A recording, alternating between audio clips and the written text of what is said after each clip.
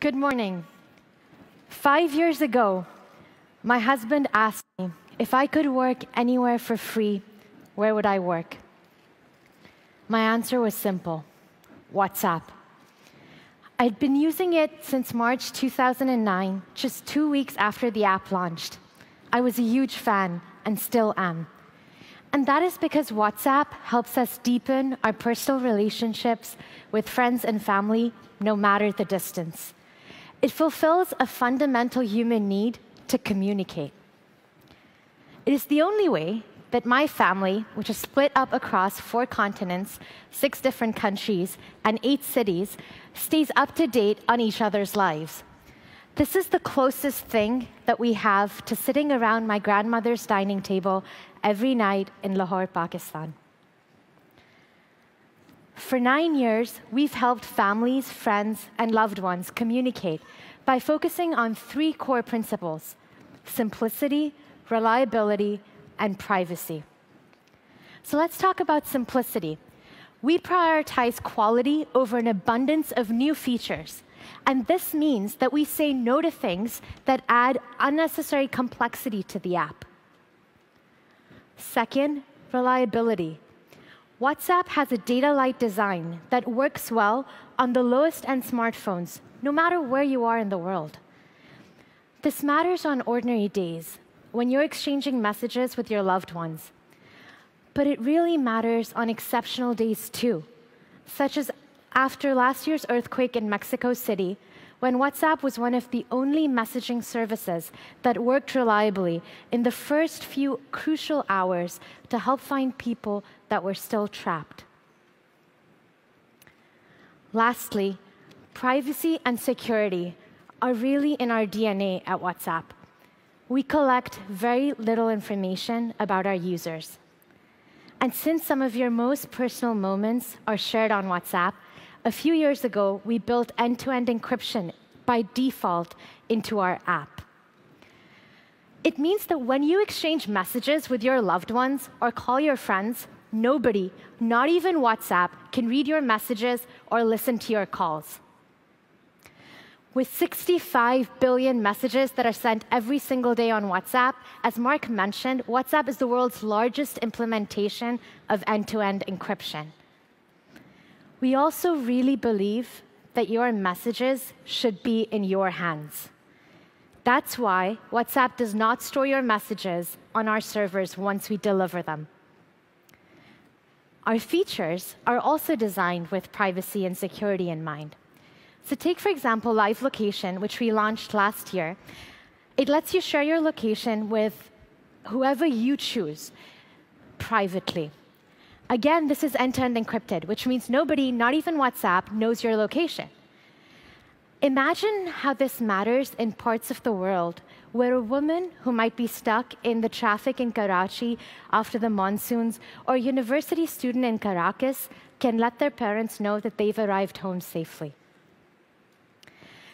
What is really exciting is that every single day, we're working hard on introducing new ways for people to stay connected around the globe. Last year, we launched WhatsApp Status. This is our Stories feature, so you can share the fleeting memories that you have throughout your day, whether it's a photo, a GIF, a message, just with any or all of your contacts. And as Mark mentioned, even though it is pretty new, WhatsApp Status is by far the biggest Stories product in the world, with over 450 million daily users. Thank you. Voice and video calling have also become immensely popular on WhatsApp, and our engineers work really hard to make sure that you have clear video and voice quality everywhere around the world. And today, people make over 2 billion minutes of voice and video calls every day on WhatsApp.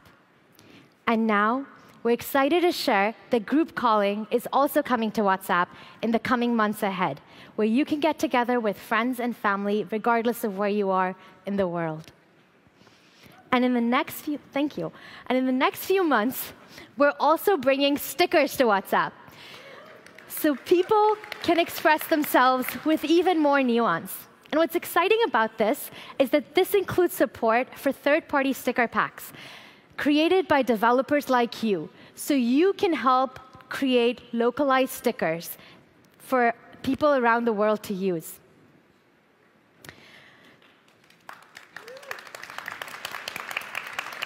Thank you.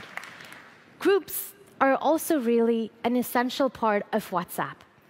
And we've recently added new features that give users even more control. Groups are intended for intimate conversations with family, friends, personal communities, and organizations. And so today, I'd like to share 2 stories with you that illustrate that. For example, in India, groups are being used to help and support farmers. Farmers sometimes endure really brutal working conditions, and many are in debt because of unpredictable climates. Unfortunately, this drives many farmers to contemplate and potentially attempt suicide. One farmer named Gajnan Patod in Maharashtra had attempted suicide because he saw no way to get out of debt. His story was shared in a WhatsApp group created by a nonprofit called Yuvrashtra that supports distressed farmers and their communities. The group brought together government officials, agriculture experts, and legal advisors, along with farmers for the first time who helped him pay off his debt, repair his irrigation system, and build a well, his lifelong dream. And today, Yuvrashtra has more than 22 such WhatsApp groups with over 2,000 farmers.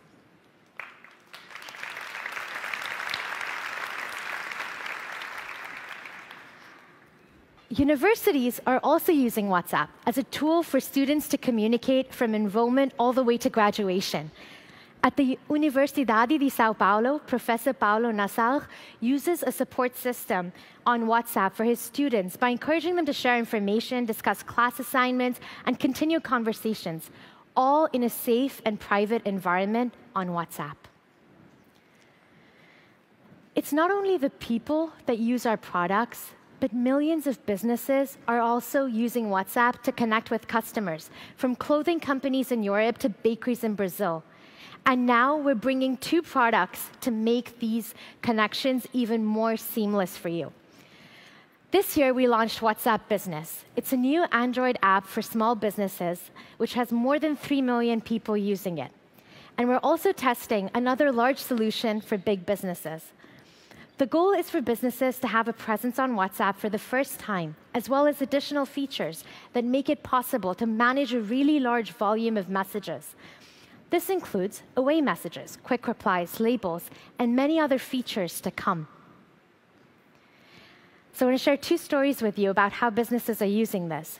Take, for example, in Madrid, Spain, where Marta Gonzalez turned her passion for ceramics into a business by teaching classes in her studio and selling her own designs. For her business called Marta Ceramica, WhatsApp has become the tool that she relies on every single day to run her business and coordinate her classes, so that she has more time to be creative as an artist and focus on her students. Her favorite feature is voice messages, because she can send personalized greetings and communicate with people even when her hands are messy and dirty in the studio. Another business called SalesStock in Indonesia is piloting our WhatsApp product for larger companies. They're an online clothing company that uses WhatsApp to provide delivery rates and personalized recommendations for customers in the app. And nonprofits are benefiting from this too. I want to share the story of Prikeld Foundation, a South African nonprofit that is piloting a program called Mom Connect. It uses WhatsApp to provide new mothers with critical pre- and postnatal care. And what is truly remarkable is that communication between mothers and clinics has gone up by over 3 times since they switched to WhatsApp. This is really the power of WhatsApp. The stories of people, organizations, and businesses around the world that use WhatsApp in ways in which we never imagined really inspire our work every single day at WhatsApp. And from all of us that work on WhatsApp, it is an honor and deep privilege to serve you. And next, here to share with you exciting developments from Messenger, please welcome David Marcus.